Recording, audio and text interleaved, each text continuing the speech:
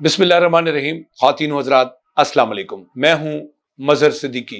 Book review session का सिलसिला मैंने अपने चैनल में शुरू किया था और इस सीरीज़ में अब तक 3 वीडियोस आप देख चुके हैं। आज इस सीरीज़ के चौथे सिलसिले के साथ आपकी खिदमत में हाजिर हूँ। आज जो किताब मैंने मुंतखब की है वो अरबी ज़ुबान की किताब है। उसका नाम है ला तहज़न इन्नल्लाह माना। ये वो किताब है जिसका एक चैप्टर, एक बाब मैं आपके सामने पेश करूंगा। इसका उर्दू तर्जमा पाकिस्तान से हुआ है और उर्दू नाम है गम ना करें। बहुत शानदार किताब है, बहुत खूबसूरत किताब है। इसमें इतना कुछ है कि ये दुनिया की बेहतरीन किताबों में शुमार होती है और इसका मवाद, इसका कंटेंट बहुत खूबसूरत है।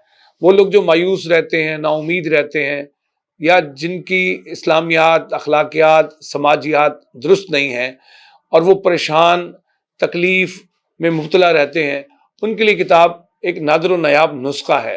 वो इसमें उम्मीद पाएंगे, इसमें अपने आप को, अपने किरदार को संवारेंगे, खुद को पहचानेंगे, रब की मार्फत हासिल करेंगे, बेहतरीन असबाब को अपनी ज़िंदगी और अपने किरदार का, अपनी सीरत का हिस्सा बनाएंगे। इस किताब में से एक पैराग्राफ मैं आपकी खिदमत में आज पेश करता हूं। उन्वान है, लोगों को अपना बनाइए। आदमी की खुशी के असबाब में से यह भी है कि उसमें लोगों को अपना बनाने, उनकी मोहब्बत हासिल करने और उनका दिल जीत लेने की सलाहियत हो। हजरत इब्राहीम अलैहिस्सलाम ने फरमाया, बाद वालों में मेरा अच्छा तस्करा कर दे। मुफस्सिरीन ने लिसाने सदक से मुराद अच्छा तस्करा और जिक्र खैर लिया है। हजरत मूसा अलैहिस्सलाम के बारे में फरमाया, तेरे लिए मैंने मोहब्बत पैदा कर दी। बाज इस आयत का मफहूम यूं बयान करते हैं कि जो भी तुझे देखता है तो इससे मोहब्बत करता है।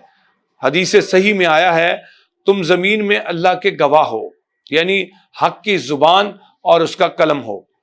ये भी हदीस सही में आया है कि हजरत जिब्रील अलैहिस्सलाम आसमान वालों में पुकारते हैं कि अल्लाह फलां से मोहब्बत करता है, लिहाजा उससे मोहब्बत करो।